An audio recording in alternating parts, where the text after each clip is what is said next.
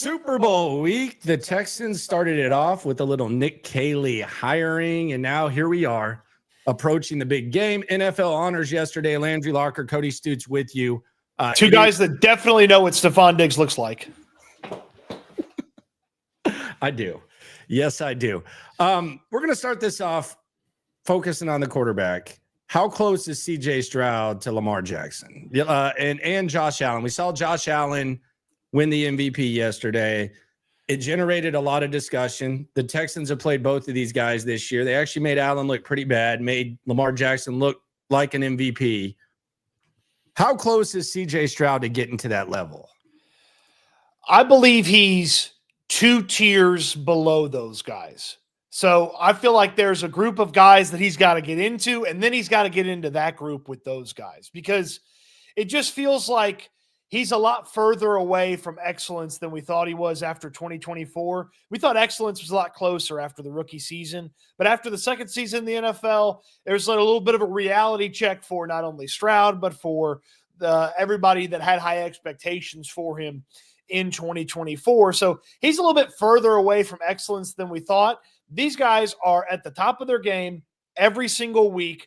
They were really good in unfavorable situations where maybe their offensive coordinator wasn't perfect, or this player or that player, so on and so forth, isn't around them. And then they have been great in favorable situations. So that, to me, like, CJ Stroud was in an unfavorable situation this year.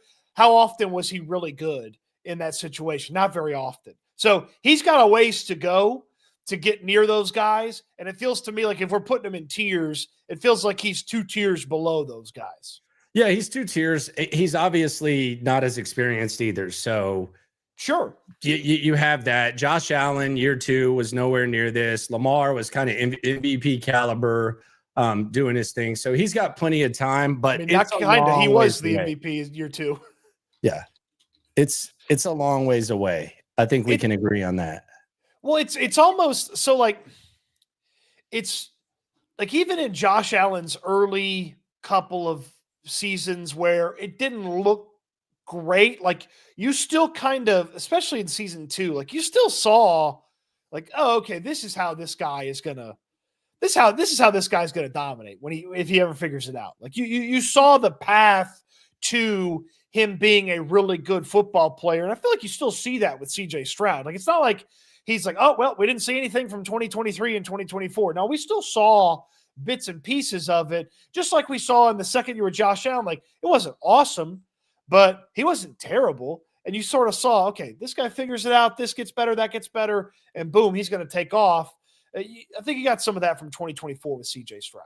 Yeah, I would say so too. I wouldn't dismiss him taking the step, but it does feel like it's kind of a ways away, to say the least. But did you think that they got it wrong with the Josh Allen? So I would have voted for Lamar Jackson if I had a vote. So, I mean, I guess in that sense, yes. I don't know that there was a wrong answer. If you didn't put him 1-2 on your ballot, what are you doing? That'd be my question. You know, there's somebody that had, I guess, Lamar 4 or something. Yeah, I don't know why you put 5 people on the MVP ballot. That doesn't make sense to me. Like, yeah, I think you could have made a case for either of those two, and you could have made a case for Saquon. I think either one of those guys at 1. I don't think it's the end of the world and too crazy. So I think you could have made a case for that. All 3 of those guys deserve MVP conversation. And I feel like they're just slightly above in a class of their own. And then obviously Saquon won Offensive Player of the Year. And, you know, he finishes ahead of what Jamar Chase did. Chase, very impressive. But they played a lot of catch-up football, whereas, you know, Barkley played a lot more close-game football. So it kind of goes to him. So, yeah, look, those are the 2 guys that should have been the MVPs. I didn't think it was a bad choice either way. I picked Lamar. The AP people picked Josh Allen. There you go. No bad choices. There you go. All right. So where is your Super Bowl jealousy? We always localize when we watch games. Where is your Super Bowl jealousy? Like when you look at what either the Chiefs have or the Eagles have, where is your Super Bowl jealousy at? I mean, it starts with the Eagles offensive line, isn't it? I think that's where it starts. I mean, they've built the Great Wall of Philadelphia, and they've had to swap out some pieces too. And like even when guys get hurt or stuff like that, they've had to swap guys out. It still looks really good. They've got a draft pick that they highly invested in that's been there forever at right tackle, and Lane Johnson. They found a 7th rounder that turned into one of the better players at his position at the Mailata kid from Australia. I'm super jealous of that offensive line that they built because it's been consistent. They've had turnover. I think your point that you always make, a Hall of Fame center left and they didn't miss a beat. Yeah, I think the O-line would be where I would be the most jealous of is the Eagles O-line, and also both of their tight ends. There's just a different dynamic, even when they're tight ends, even Kelsey washed up. There's just like a different level of energy that a solid tight end produces when he's catching the rock. I mean, you see Goddard kind of, throwing his hands up a little bit, getting that extra yardage. Kelsey doing what he does. Whenever Dalton Schultz catches the ball, it's just kind of a tense, like, what's going on there? I'm kind of jealous of their overall tight ends, but the Philadelphia O-line, if you have that, then you're able to do anything. I also, look, I'm a little jealous of what Kansas City has been able to do on their offensive line as well. I mean, they have a very expensive, what most people think is an overpaid player at right tackle, and he's actually pretty darn good at right tackle. Like, is he worth every penny? No, but is he worth the majority of his money? It certainly seems that way. They bumped their left guard out to tackle, and he's good. They have an undrafted left guard starting in the Super Bowl, and they turned Trey Smith into a 6th-round pick into what's about to be one of the most expensive free agents in all of football. So I'm pretty jealous what Kansas City's done on their offensive line too. So obviously trench jealousy from that standpoint over on the offensive side. And then, it feels like there's a lot of options with both these quarterbacks have, so I guess depth from a skill position standpoint, like obviously Barkley's awesome and A.J. Brown's awesome, but they've also got Devontae Smith, 2 running backs that Kansas City trusts in a variety of situations, heck 3 if you count Piron catching the game winner against Buffalo. So I think depth in the skill position is probably another thing that I'm a little jealous of. What is the Saquon move? We're localizing the Super Bowl here on SNL. What is the Saquon move? Before we move to this, is there any defensive jealousy? No. It's all just centered around offense. No, not really. I mean, I could really say that I like, what Jalen Carter and Davis and them are, but I like what the Texans got on the D line. Like the defense, no problems here. Yeah. Okay. So it's all centered around offense. It's all centered around the offensive line. It's all centered around the tight end right now. That's the real jealousy. Localizing the Super Bowl here on SNL. What is the Saquon move for the Texans? Like, what's the one move that the Texans could make that could impact their football team and potentially impact the league? Now, you can't say fix the offensive line. We're talking about one move that the Texans could make, the Saquon move this offseason that could propel them up. So as I think about this, I think there's some very clear parameters that I want to kind of put in here. The contract that this player signs has to be one of the 3 biggest contracts at the position, or pretty close to it, because that's what Saquon signed. He signed a massive just an incredibly large contract. It's got to be a free agent move because that's what Saquon was. So other people, in theory, have a chance to get him. And it's got to take an okay spot to a great spot on your team. Like, I'd love to tell you it's Trey Smith, sign him, but I don't even know if that fixes the offensive line. Like, that takes a really bad thing to maybe okay. But so I think for Saquon, you got to go from okay to really, really good, borderline great. And the Saquon move for the Texans, to me, is T. Higgins. Figure out the money, adjust what you need. He probably is going to get overpaid. He has an injury history like Saquon had an injury history. And it takes what is an okay part of your team with Nico Collins. You put Nico Collins and T. Higgins out there. That's a dynamic 1-2. And T. Higgins is the Saquon move for me. See, I would disagree. And this is where I'm going. Because when I think Saquon move, I think about the Eagles. They were good. I mean, they had a good offense. But that good offense, that playoff caliber offense, it went to great and elite whenever they got Saquon Barkley. So I'm looking at something that the Texans already have that's pretty good, that might be one guy away from becoming great. And I'm looking at the defense, and I'm looking at the draft. Like if they find a way to get Malachi Starks or something like that, and all of a sudden you have the best corner, edge, and safety duo in the league. If they somehow find like a linebacker that's just a complete mofo, I think naturally that defense is already going to get better, because the best players on the defense, they're young and they're going to get better. So I would say the Texans making a move where they get some sort of baller that propels their offense from elites to just their defense, to championship caliber, then I would say that, because I don't see just one guy coming in and all of a sudden making this a championship caliber offense. I could see this defense being championship caliber. And if you get like a elite safety, elite linebacker, elite D tackle, like let's say they find someone in the draft at D tackle or something like that, that's where I think their Saquon move is, because I think their superpower is defense. And the Eagles already had a really, really good offense, and they added Saquon. The Texans don't have that good of an offense, so it would take more than one move.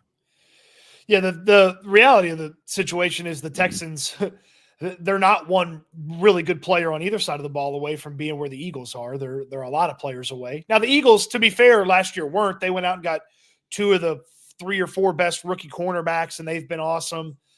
They finally had some guys that have been unproductive turn the corner and take the step over on their defensive side of the ball with the kid from Georgia, who's their edge guy. Walker? Smith. Nolan Smith. And like they finally had some guys turn the corner for them. And so like they might have been just one piece away on offense at Saquon, boom, they're playing for a Super Bowl. So the Texans just aren't. I'd love to tell you they're a Saquon move away, but they're really not. No, they're not. They're not. And the Eagles, let's just be honest, when it comes to roster building, they've run circles around the Texans. I'm all in on the Eagles this week, though, so we'll see how that goes. It'll also be interesting to see if there's like a huge reaction if the Eagles do win the Super Bowl, to where all of a sudden like there's just a running back revival. I kind of feel like he's carrying the flag for all the running backs. I mean, it doesn't. I'm old enough to remember when all these running backs were having like Zoom calls to talk about how undervalued they were. And now here we are, and you can make a very strong case that had Saquon Barkley been named MVP of the league, and he was Offensive Player of the Year, but had he been named MVP of the league, I don't think there would have been too much of a debate, too much of a fuss. I mean, 3 of the top 6 and 4 of the top 9 were free agent running backs that changed teams. Barkley, Derrick Henry, Josh Jacobs, and Aaron Jones. And then you want to add in, paying attention to the position, rounding out the top 10's a rookie in Bucky Irving. So they already had Rashad White when they went and got Bucky Irving. The Tampa Bay Buccaneers did. So the running back revival is certainly a fun ripple effect from an Eagles Super Bowl trophy. It's definitely a fun ripple effect. Yeah, no doubt. You got some Nick Caley thoughts. The Nick Caley sighting. I'm hearing there may be a press conference next week, perhaps. That'd be nice. That's what I'm hearing. Don't know. They should don't write that in marker, but that's what I'm hearing. I'm hearing it's possible. They should just let 5 guys walk by and let somebody pick out of a lineup who looks like Nick Caley, and then the afternoon show on the radio can interview him. What does failure look like for Nick Caley in 2025? It looks like 2024. Yeah, that may be as simple as that. It looks like 2024. I also think too, if there's like they could be statistically a little bit better, but if some of the same issues are still present and he was not, like, I'm not going to say a miracle worker, but he did not improve them. Like the offensive line cannot be this bad. We know they're not going to be great. The offensive line can't be this bad. So I don't care if they pass for a few more yards and rush for a few more yards, but they're still giving up, top 5 pressure rate from an offensive line standpoint. That's not good enough. Like the offensive coordinator needs to be able to scheme around what he has on the offensive line. It's like, look at like 2024, obviously that's failure, but even slight improvements, but still having really nasty warts from 2024 would be failure as well. Yeah, I just think if we don't feel like it's a non-thought that CJ deserves an extension next year, then I think that's what failure looks like too. Like if you want to evaluate, like if we have to like question and we have like a Trevor Lawrence feel where we're like, okay, are we sure that this is the right decision, or is the time now, or how does this make you feel? Then I think that can be considered failure too. Yeah, that would be a huge failure if you still didn't know about CJ Stroud. And it might not be, I mean, and let's be honest, it might not be Nick Caley's fault. We don't know. I mean, CJ's going to have to do, he's going to have to show a lot himself this year. It's not just, save me, coach. He's going to have to do his part too, and he's going to have to do his thing, and they're going to have to figure that out. So it's not just, hey, Nick Caley, come save the day. Yeah, I mean, there very much is an element of he's going to fix a lot of the stuff that Bobby had wrong, but there's only so much the offensive coordinator can do when you have players that need to block that look uninterested in blocking. Like he can't, Nick Caley can't go out there and stop the defensive end from just running through Dalton Schultz like it's a banner on Friday night high school football. Like, I mean, Nick Caley can't make that happen. So I thought the one thing that I thought about too, and you already brought it up, the one thing I must know from Nick Caley's offense is I must know about CJ Stroud at the end of 2025. I must have a very clear understanding of what he is as a quarterback. So you need to give him every tool opportunity to showcase what he is. So I must know at the end of 2025 what CJ Stroud's situation is. Must. The other thing is I don't know what Nick Caley's offense is going to look like. So I'm kind of intrigued to kind of see what it looks like. If it looks, I have a diagram for you. Want me to get it? I diagrammed this. Let's get it. I'll get it for you. Hold on. Oh my God. What is this man doing? It is SNL.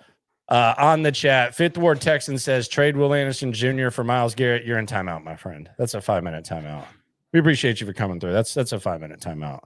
This ain't EA Sports. This ain't Madden. You don't want to trade Will Anderson Jr. for anything. Come on.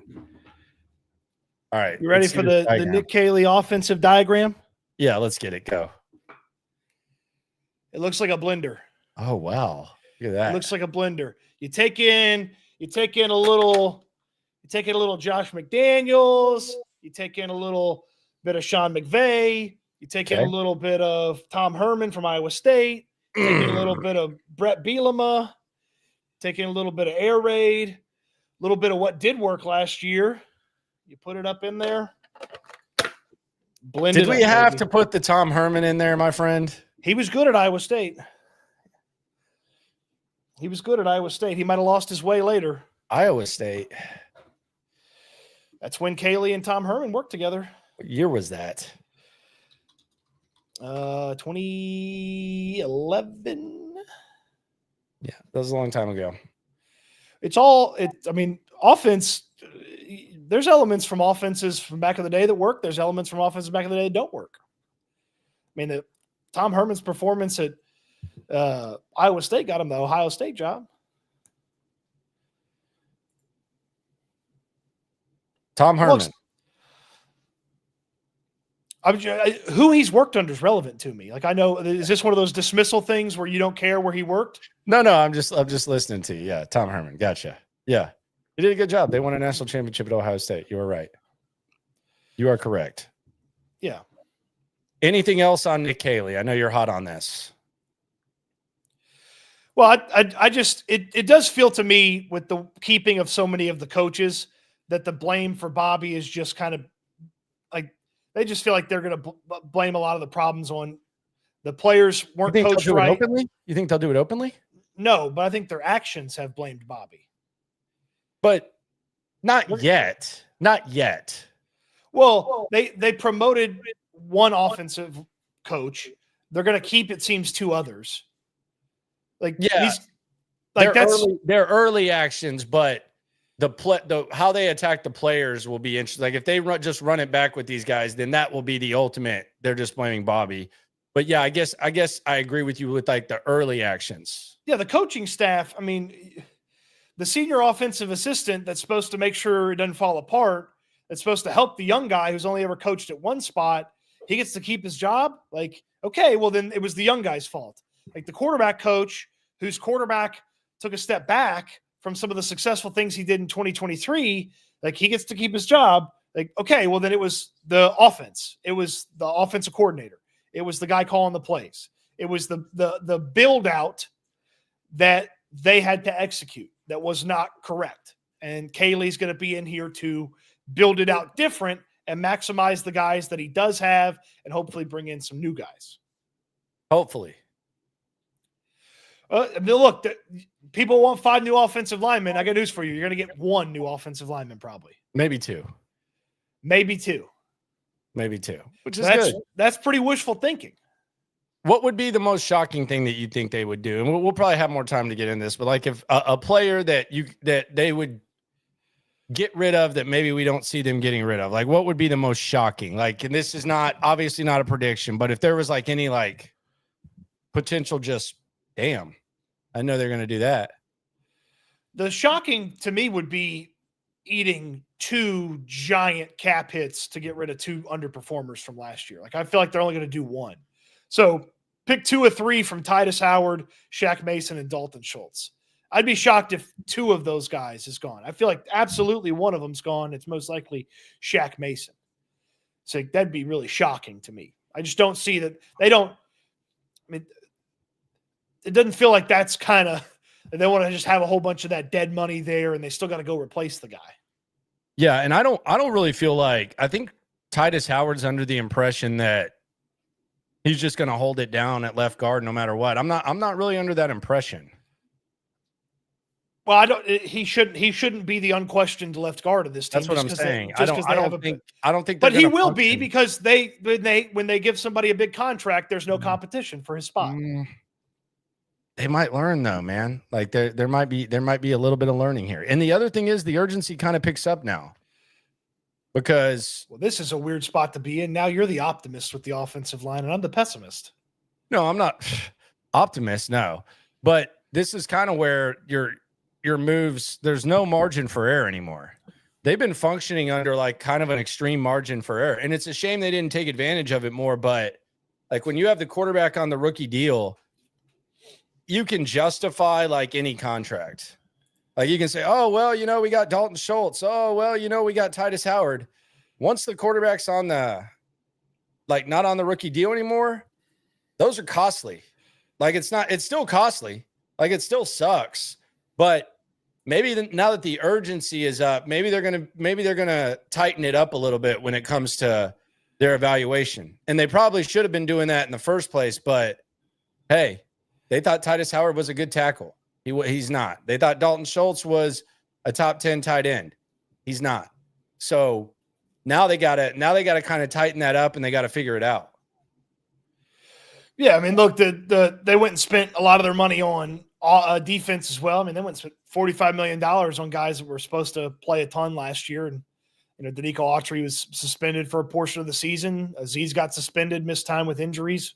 Daniil Hunter was very good, obviously, what he did. But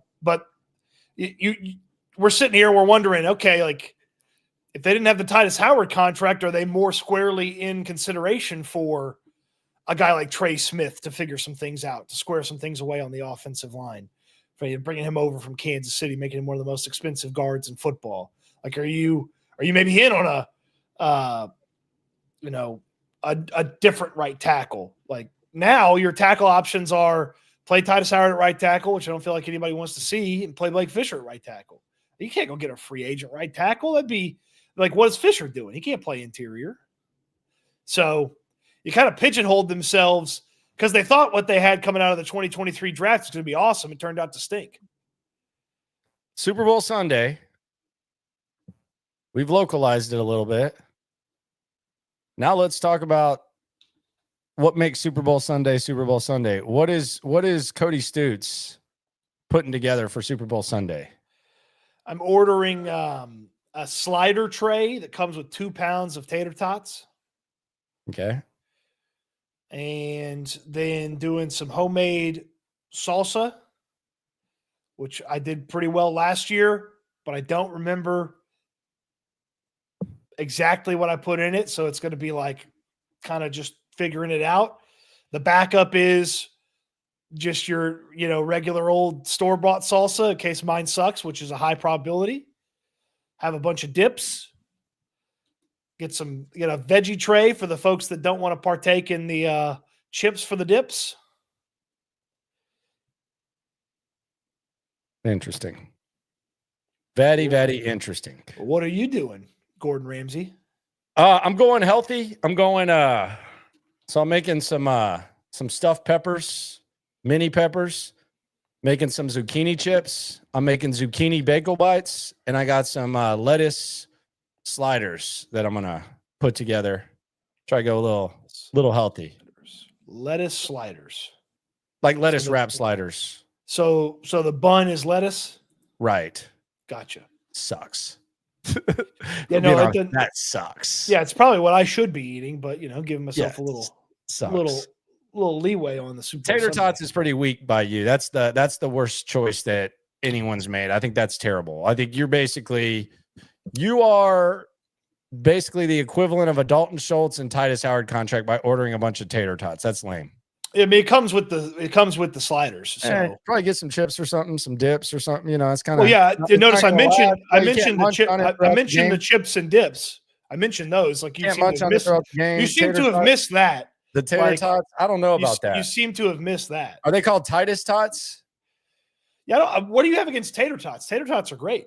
Tater tots are not Super Bowl party food, man. That is. I don't understand. Just can we at least just call them Titus tots? Let's speed hey, the middle and call them Titus tots. Are you watching the game with Caserio with your fucking zucchini chips? You got some coconut water on ice with them? No, you put some coconut oil on them. You put them in for $4.50. You take it out. Ain't nobody need this recipe. Nobody needs this recipe. Serious. You can dip it in whatever, man. Recipe? Yeah. Hell.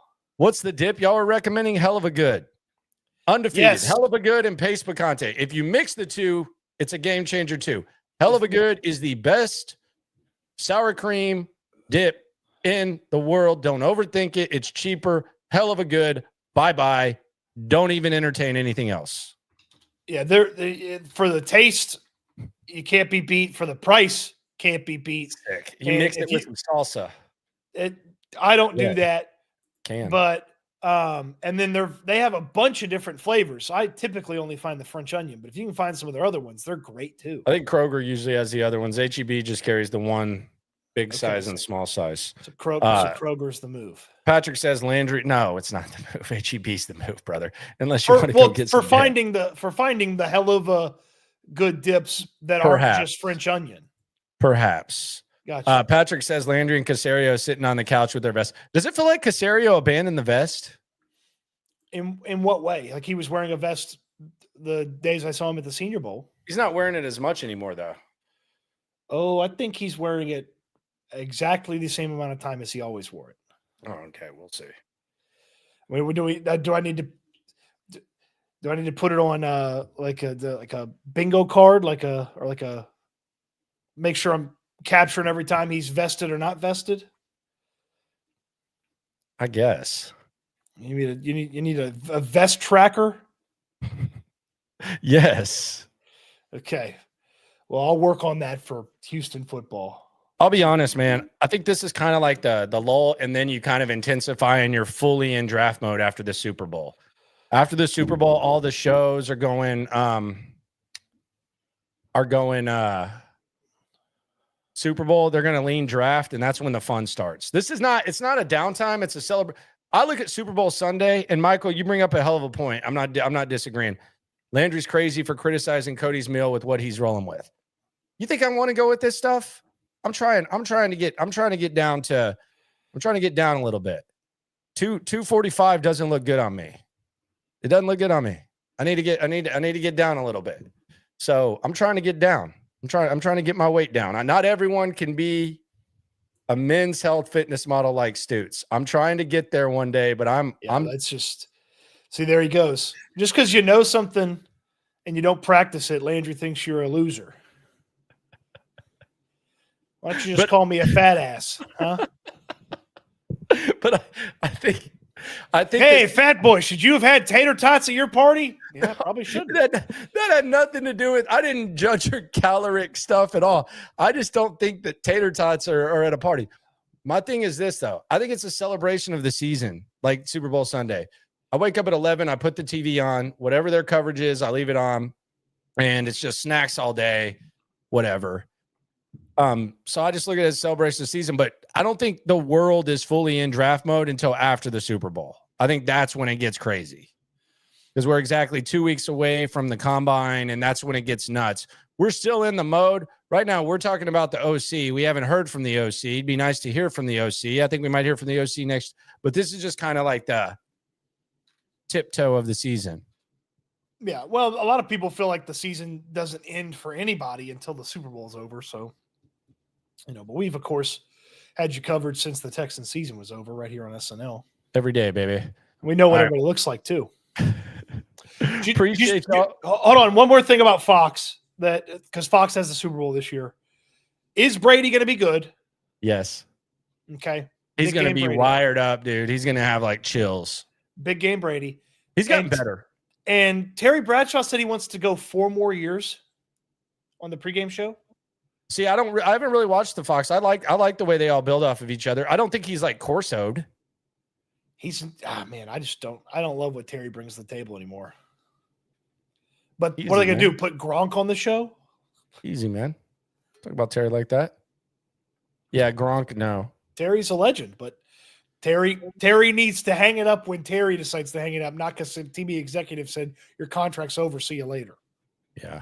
I don't know, man. I haven't really paid as much attention. I'll pay close attention tomorrow, and we'll see how it goes. Get a Terry retirement tour for next year. I was at Terry's daughter's Sweet 16 party. We were playing with his game balls. He had 2 fishing ponds. Okay. I was concerned what you were doing here. Nah, I was 18. I mean, I was 17, 18. She was 16. But he had like lifeguards. You want me to tell a fat shame story, or we can just keep it moving. Don't worry about it. Like, you're talking about fat shame. See, why you gonna rob the people of that? Probably the biggest dick move of all time. Probably the biggest dick move of all time. Did somebody jump in the pool with a t-shirt?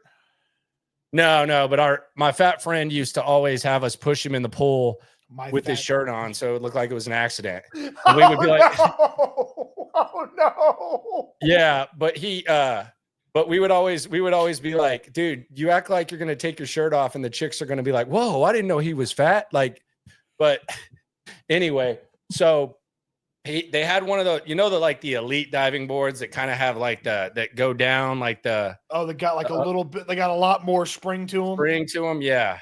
Well, like they got like the dots, and it's like a heavier metal. Well, the one of our friends, he was extremely athletic, but he was fat as hell. And the diving board was broken. Oh no. And he didn't know. So he got there, and I told him I'd give him $20 if he could do a flip, and he can do a flip easy. And there were probably about 150, 175 people at this party. Did you know it was broken? Hell yeah, I knew it was broken. I knew he was going to embarrass himself. Oh, you set him up. I knew it was broken. You set him up. Hell yeah, I set him up. And everybody's gathered around, like from like every sophomore in the high school all the way up to senior year of the high school. And I'm telling him, all right, $20 if you can do a flip. I've seen him do a flip 100 times. Like, he's athletic. Dude, he jumps, crack, and falls. It looks like the biggest fat ass in the world. I started running. He threw me in the fishing pond, though. So it was like he got his revenge. But okay, good. Yeah, he got his revenge. Yeah. Yeah. Hey, as a fat kid that grew up with a swimming pool in the backyard, I've never been ashamed to just take the shirt off. Just take it off and roll, man. Yeah. Take it beach. off and roll. I look like a whale. That's fine. Let me get a lot. You know what? You gotta get the sun on it. Fat looks better tan. Some chicks are into that. Belichick's girlfriend kind of creeps me out. That whole vibe's kind of messing with me a little bit. I bet it's like a rodeo in there. Yeah, but that's just kind of a weird vibe, man. I bet she crushed a mechanical bull. All right, on that note. Woof. She got to wear one of the rings. He let her wear one of the Super Bowl rings. Appreciate y'all for coming through. Subscribe, like, right along. Always remember, whether you're just killing it on Super Bowl Sunday or you order weak-ass tater tots, when it comes to this Texan stuff, we're all in it together. Weak-ass these tater tots, bud. Eat good, especially on Super Bowl Sunday. Without Sleep tater good. tots. Be good. We'll talk Texans again soon. Thanks for watching, everybody. And brush up on what's